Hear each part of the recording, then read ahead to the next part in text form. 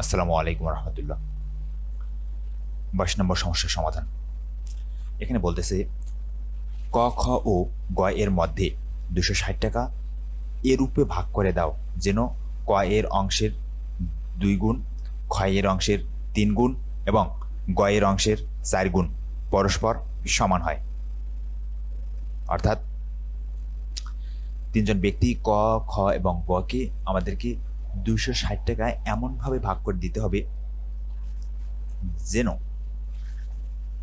ক যে টাকাটা পাবে তার সাথে 2 গুণ করলে যা হবে, ক্ষয়ের যে টাকা পাবে তার সাথে 3 গুণ করলে কয়ের সমান হবে, এবং গ যে টাকাটা পাবে তার সাথে যদি আমরা 4 গুণ করি তাহলে সেটা ক্ষয়ের মানে টাকার সমান হবে। ঠিক আছে, তো আসেন আমরা শুরু করি।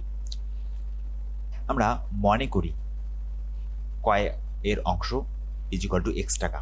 আমরা জানি না কত টাকা পেয়েছিল, আমরা কয়ের অংশটাকে ধরে নিলাম এক্স, যেহেতু এখানে গুণের হিসাব বলছে।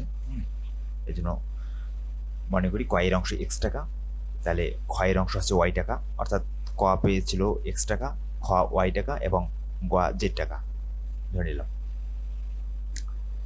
তাহলে আমাদের শর্ত দেওয়া আছে কি, এখানে আমরা লিখতে পারি যে প্রশ্ন মতে বা শর্ত মতে বা দেওয়া আছে 2 ইন্টু ক এর অংশ, মানে কি বলছে, ক এর অংশের 2 গুণ, এই জন্য 2 গুণন ক এর অংশ ইজিক্যাল টু, এখানে বলা হচ্ছে ক্ষয়ের অংশের 3 গুণ, তাহলে 3 ইন্টু ক্ষয়ের অংশ, তারপরে দেওয়া আছে গয়ের অংশের 4 গুণ, তাহলে 4 ইন্টু গয়ের অংশ। ঠিক আছে, এখন আমরা যদি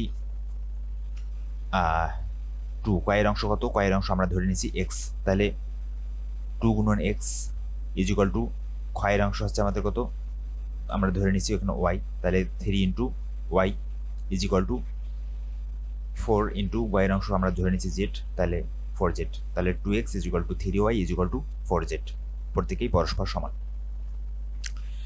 এখান থেকে আমরা যদি 2x ইজিক্যাল টু 3y এটা ধরি এককভাবে, তাহলে 2x ইজিক্যাল টু কি 3y, এখান থেকে x কে রেখে, এখানে x কে রেখে যদি আমরা শুধু, আমরা প্রথমে এই অংশটা দুইটা নিয়ে কাজ করতেছি, 2x ইজিক্যাল টু 3y, প্রথমে এটিকে যেহেতু প্রত্যেকটাই সমান তো এই অংশটা প্রথমে সমান ধরলাম, তাহলে এখান থেকে এক্স ইজিক্যাল আমরা কত পাচ্ছি বলেন তো, 3yটা উপরে থাকতেছে, 2টা বাম পাশ থেকে এসে ডান পাশে আসতেছে, তাহলে কি হচ্ছে, ভাগ হয়ে যাচ্ছে, তাহলে 3y/2, তাই না? তো এরকম দাঁড়াচ্ছে। তো আমরা এখানে প্রথমে ওয়াই এর মানটা বের করেছি, তাহলে সেক্ষেত্রে ওয়াই এর মানটা আমাদের কি দাঁড়াচ্ছে দেখেন, ওয়াই এর মানটা যদি আমরা বের করতে চাই তাহলে দেখেন এখানে এদিকে 2x আছে আর 3y, ওয়াই 3টা এদিকে আসলে কি হবে, ভাগ হবে। এই দেখুন এখানে এইদিকে যেহেতু 3y গুণ অবস্থা আছে তাহলে এদিকে আসলে ভাগ, তাহলে 2x/3 ইকুয়াল টু y, তার মানে y সমান কত দাঁড়ালো, 2x/3, তাই না? তো ওইটাই আমরা লিখছি যে y ইকুয়াল টু 2x/3। ঠিক একইভাবে আমরা 3y সমান 4z, এই দুটোকে একটু সমান ধরছি, তাহলে কি হয়েছে, z, এখান থেকে z এর মান আমরা কি পাচ্ছি, 4z ইকুয়াল টু যদি আমাদের 3y হয় তাহলে z ইকুয়াল টু কি হবে, 3y/4 হবে, তাই না? তাহলে আমাদের লিখতে পারি যে, আচ্ছা আমরা এখানে 2x সমান 4z ধরছি, যেহেতু প্রত্যেকটাই সমান, আমরা 2x সমান, আপনারা যদি মনে করেন যে z সমান এটা ধরবেন, এটাও ধরা যায়, কোনো সমস্যা নেই, বা এভাবে ধরেও করতে পারবেন। তো আমরা এখানে কি ধরছি অঙ্কটাতে,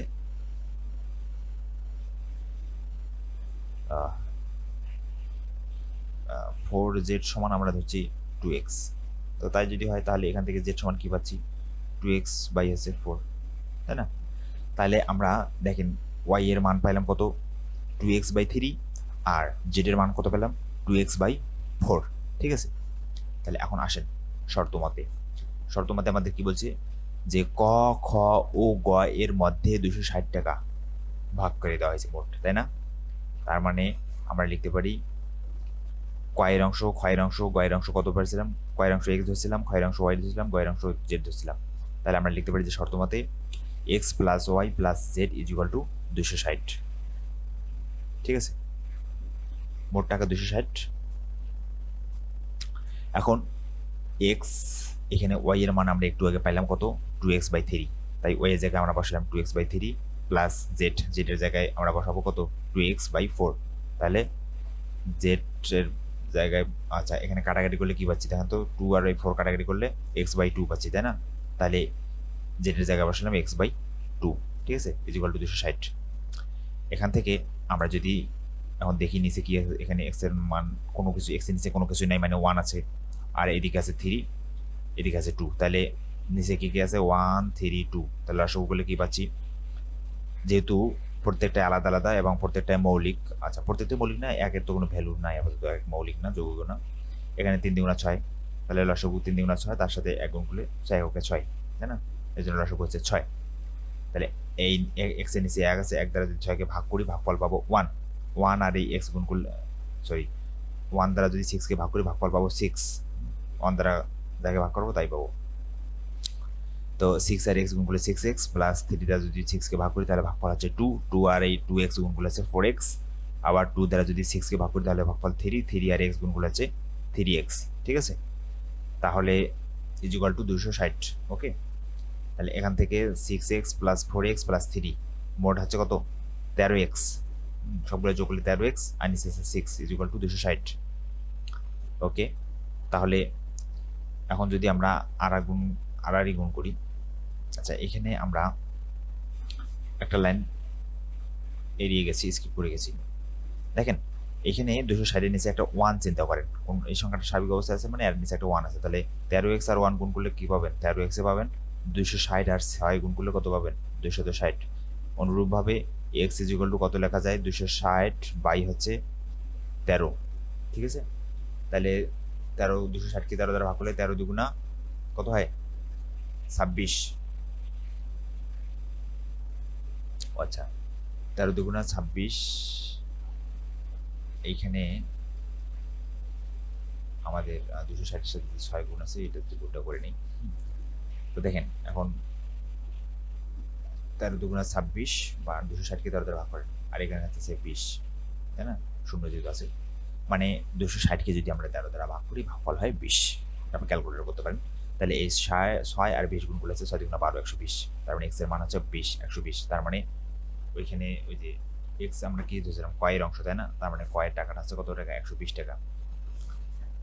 তো x যদি x সমান যদি 120 হয় বা কয়ের টাকা 120, তাহলে y সমান আমরা কি লিখতে পারি, y সমান আমরা ধরেছিলাম y সমান আমরা পাইছিলাম এখানে দেখেন 2x বাই কত 3, তাহলে এখানে মান বসে দিই এখন, তাহলে y এর 2x, x এর মান আছে 120, তাহলে x এর জায়গায় 120 লিখলাম, তার নিচে আছে 3, তাহলে এখান থেকে আমরা কাটাকাটি করলে কত পাচ্ছি 3 দ্বারা যদি 120 কে ভাগ করি তাহলে 3 4 12 40, তাহলে 4 2 8 80, তাহলে z ইকুয়াল টু কত z ইকুয়াল টু 120 বা ভাগ আছে 2, দেখেন এই যে x/2, x এর মান 120, তাহলে 120 ভাগ হচ্ছে 2, তাহলে 60, 120 কে 2 দ্বারা ভাগ করলে ভাগফল 60, তার মানে ক পায় 120 টাকা, খ পায় 80 টাকা এবং গ পায় কত 60 টাকা। এই হচ্ছে আমাদের 22 নম্বর সমস্যাটির সমাধান।